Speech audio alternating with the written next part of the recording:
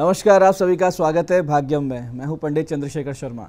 दर्शकों, शुरुआत करते हैं आज के सुंदर दिन की ईश्वर के स्मरण और पंचांग के ज्ञान से, क्योंकि पंचांग का ज्ञान जहां आपके लौकिक कार्यों की सिद्धि की चाबी है, वहीं ईश्वर का स्मरण आपकी आत्मिक उन्नति का आधार। पंचांग के अनुसार आज का दिन है 22 मई सन 2024। विक्रम संवत 2081 चल रहा है। वैशाख मास है, शुक्ल पक्ष है, ग्रीष्म ऋतु है। तिथि आज की चतुर्दशी है और आज का वार है बुधवार। आज विशाखा नक्षत्र है। योग वरयान है, दोपहर 12:35 तक, उसके बाद परिग योग है। तो योग की दृष्टि से मिले जुले प्रभाव वाला है। कोई विशेष लौकिक सिद्धि नहीं होती है, तो बड़े एफर्ट्स आज थोड़े से ना करें। करण वणिज है, शाम 6:49 तक। आगे वृष्टिकरण रहेगा। सूर्योदय का समय दर्शकों सुबह 5:35 का था और सूर्यास्त का समय शाम 7:11 का है। आज का राहु काल दोपहर 12 से 1:30 के बीच रहेगा। इसे पूरी तरीके से टाल देना है। इसमें कोई शुभ कार्य शुरू नहीं करते हैं। लंबी यात्रा भी शुरू नहीं करनी चाहिए। अभिजीत मुहूर्त आज बुधवार होने से मान्य नहीं है।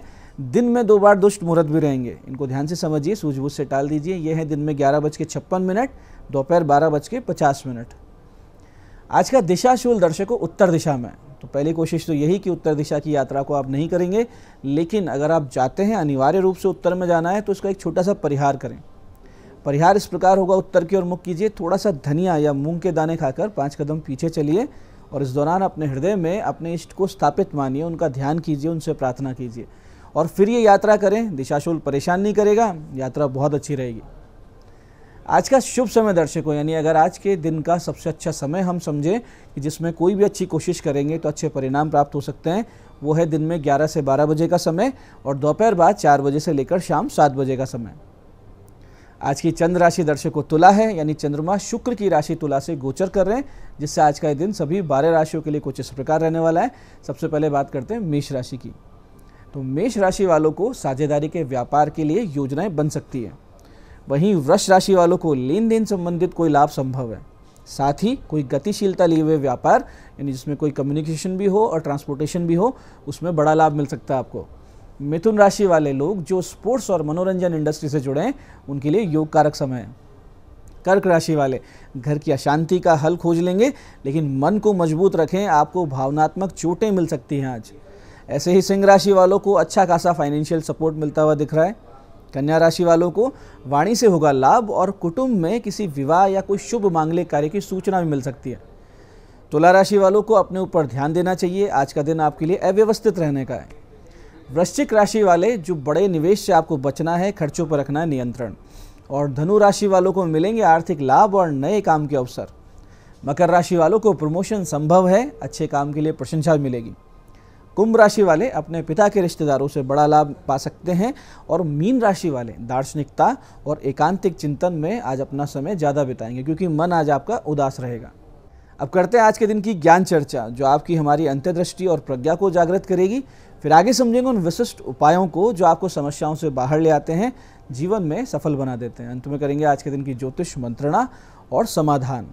दर्शकों, हमारे मनोभाव ही हमारी आंतरिक और बाह्य सृष्टि की रचना करते हैं। जैसे हमारा संकल्प होता है, जैसा हमारा आचरण और प्रयास होते हैं, वैसा ही हमारा जीवन हो जाता है। ऐतरेय ब्राह्मण के 3 अध्याय में लोकख्यात राजा हरिश्चंद्र के पुत्र रोहित से संवाद करते हुए देवराज इंद्र कहते हैं कि कलिह शयानो भवति संजिहानस्तु द्वापरे उत्तिष्ठ त्रेता भवति कृतम संपादते चरश्चरेवेति। इसका अर्थ ये है कि शयन करना, यानी कि आलसी बैठे रहना, पड़े रहना, सोते रहना, ये कलयुग के समान है। आलस्य, प्रमाद और तमोगुण ही कलयुग है। जग कर सचेत हो जाना द्वापर के समान है। जहाँ ज्ञान होने लगे वो द्वापर स्थिति है, और उठकर खड़े हो जाना त्रेता के समान है। जैसे श्री राम का प्रण और उद्यमी होकर चलायमान रहना कृत युग यानी सत्य युग के समान है। यानी जिसमें बिना किसी मोटिवेशन के भी आप अनुशासित रहें, वही सर्वश्रेष्ठ स्थिति है। इसलिए देवराज इंद्र कहते हैं कि तुम चलते रहो। ये मनुष्य को संदेश देते हैं, नित्य निरंतर अपना काम करते रहो, चलते रहो, चलते रहो। तो वो सत्य युग की स्थिति है, क्योंकि जब आप काम में लगे रहते हैं, बिजी रहते हैं, अपना तन मन धन से पूरा एक चीज़ में लगे रहते हैं, ना तो आपको निंदा करने का समय है, ना ईर्ष्या करने का समय है, ना बुरा सोचने का समय है। कहते हैं खाली दिमाग शैतान का घर। तो दिमाग को खाली ना रखें, अपने काम में जुटे रहें, तो आप अपने आप में एक सतयुग में ही जीते रहेंगे। ये आज की ज्ञान चर्चा का सार है। अब करते हैं बात उन विशिष्ट उपायों पर जिनकी सहायता से हमें ईश्वरीय प्रेरणा और शक्ति स्रोत प्राप्त होते हैं और हमारे संकटों का नाश होता है। सबसे पहले बात करते हैं उनकी जिनका जन्मदिन है। तो जिन का जन्मदिन है, आप सभी लोग आज सुबह 10:30 पर भगवान विष्णु जी के मंदिर जाएं। केसर का इत्र, पीले फूलों की माला वहाँ अर्पित करें, बैठकर विष्णु सहस्त्र नाम का पाठ करें और शाम 8:30 के बाद किसी भी गौशाला में 5.25 किलो मूंग की दाल दान कर दें। निश्चित रूप से आने वाला वर्ष बहुत ही सुंदर और ईश्वरीय कृपा से परिपूर्ण बीतेगा, इसमें कोई भी संदेह नहीं। ऐसी दर्शकों, बहुत बार ऐसा होता है कि आप पर बेवजह कानूनी कार्रवाई शुरू हो जाती है, जहां आप गलत भी नहीं हैं तब भी आपके विपक्षी पक्ष के झूठे सच्चे सबूत और उनकी बहुत अच्छी मैनेजमेंट की कला से आपको कमज़ोर पटक दिया जाता है। बहुत बड़ी संभावना बनने लगती है कि आपको किसी प्रकार की सज़ा हो जाए या कोई बड़ा फाइन लग जाए, अर्थदंड लग जाए। तो ऐसी स्थिति में आप फंस चुके हैं तो भगवती दुर्गा की शरण लें। इसके लिए आपको करना यह है कि नित्य गणेश जी, शिव जी, माता दुर्गा की पंचोपचार से पूजन करें और नमः शिवाय की 5 माला का जाप करें और माता दुर्गा के इस अति विशिष्ट और सटीक मंत्र की 5 माला का जाप 21 दिन तक कर लीजिए। भगवती कृपा रहेगी, 21 दिन पूरे होंगे, उससे पहले पहले आपको राहत मिलने लगेगी और पूरी साधना अगर आप कर लेंगे तो निश्चित हो जाएगा कि आप किसी भी प्रकार की सज़ा या अर्थदंड यानी जुर्माने से बच जाएंगे। जो मंत्र आपको जाप करना हो इस प्रकार है, ध्यान से समझिएगा मंत्र को।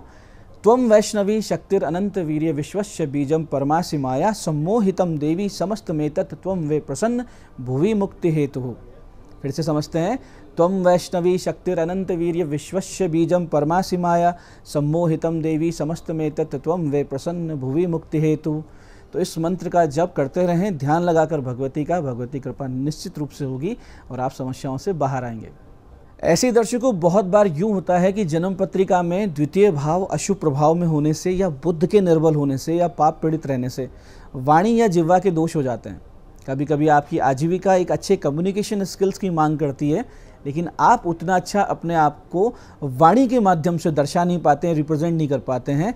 तो ऐसी स्थिति में आज आप महादेव और माता पार्वती का पंचोपचार से पूजन रात्रि 9:15 पे करें। अपनी वाणी और जिह्वा के दोष के नाश की प्रार्थना और संकल्प के साथ इस मंत्र का 2.25 घंटे बिना गिने जप करें, मन लगाकर। इस दौरान आपको एक घी का दीपक लगातार प्रज्वलित रखना है और अपने सामने एक पंचमुखी रुद्राक्ष रखना है, जिस पर जप के समय कुछ देर में कुमकुम और हल्दी डालते जाना है। जब पूरे हो जाए तो इस रुद्राक्ष को एक काले धागे में या लाल धागे में आपको गले में धारण कर लेना है। बहुत ही तेज गति से आप पाएंगे कि आपकी वाणी के सभी दोषों का नाश हुआ और आप एक प्रभावशाली वक्ता, एक बहुत ही प्रभावशाली व्यक्तित्व बन चुके हैं। मंत्र ध्यान से समझिएगा। मंत्र इस प्रकार है। हस्ताभ्याम 10 शाखाभ्याम जिह्वा वाचे पुरोगवी अनामयितनुभ्याम त्वाताभ्याम त्वो पुष्पशामसि। इस मंत्र का जप करें और फिर उसको रुद्राक्ष को धारण करें। तो दर्शकों, ये थे आज के विशिष्ट उपाय जो आपको बहुत बड़ी समस्याओं से बाहर ला रहे हैं, मनोकामनाएं पूरी कर रहे हैं। अब बात करते हैं आपके सवालों की। आपके सवालों में आज जन्म पत्रिका आई है हमारे दर्शक दीपक जी की। 17 अक्टूबर 1997 का इनका जन्म है। सुबह 10:49 जयपुर। समस्याएं ज़्यादा चल रही है, उपाय बताएं, इनका प्रश्न है।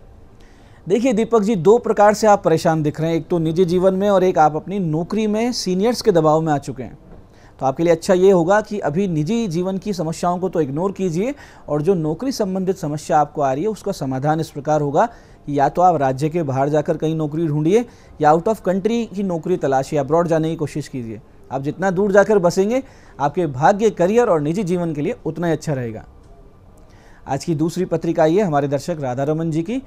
22 फरवरी 1973 का जन्म है। दोपहर बाद 3:54 बीकानेर। पुनर्विवाह के योग कब हैं, ये इनका प्रश्न है। देखिए राधा रमन जी, आपकी कर्क लग्न तुला राशि की पत्रिका में सप्तम भाव पीड़ित है, बंधन में है। ऐसे में दूसरा विवाह भी कष्टकारी होगा आपके लिए। हालांकि आपके विवाह के योग इस 3 मई 2024 से शुरू हो चुके हैं, तो आप इस आगामी 1 वर्ष के भीतर दूसरा विवाह कर सकते हैं। आज की तीसरी पत्रिका ये हमारे दर्शक अनिल जी की। 24 जुलाई 1999 का इनका जन्म है। सुबह 7:27 भरतपुर। नौकरी कब लगेगी, इनका प्रश्न है। अनिल जी, आपका कर्क लग्न वृश्चिक राशि की पत्रिका, जिसमें दशम भाव 3 ग्रहों द्वारा बल प्राप्त है। नौकरी आपकी अभी 2 महीने के बाद भी लग जाएगी, लेकिन मन के अनुकूल आपको अक्टूबर 2025 के बाद ही मिलेगी। आप एक मोती धारण कर लीजिए, भाग्योदय होगा, स्वास्थ्य में भी सुधार होगा, नौकरी भी अच्छी मिलेगी। तो ये था आज का पंचांग विशिष्ट उपाय ज्ञान चर्चा। मैं पंडित चंद्रशेखर शर्मा ये आशा करता हूँ कि जो भी उपाय हमने बताए उसको पूरे विधि से करेंगे, आप सटीक समय पर करेंगे और श्रद्धा में कोई भी कमी नहीं रहेगी। इससे आपको पूरा लाभ होगा। और जो सत्संग हमने किया इसे अपने जीवन में उतारिए, ज्ञान चर्चा को अपने आचरण में लाइए, जीवन को शिव में, सत्य में, आनंद में बनाइए। मैं महादेव से प्रार्थना करता हूँ कि जब आप हमारे बताए उपाय करें तो आपके कष्टों का निवारण हो और मनोकामना पूर्ति निश्चित रूप से हो। कार्यक्रम में बने रहने के लिए बहुत बहुत साधुवाद। भगवती आप सबका कल्याण करे। जय आदिशक्ति।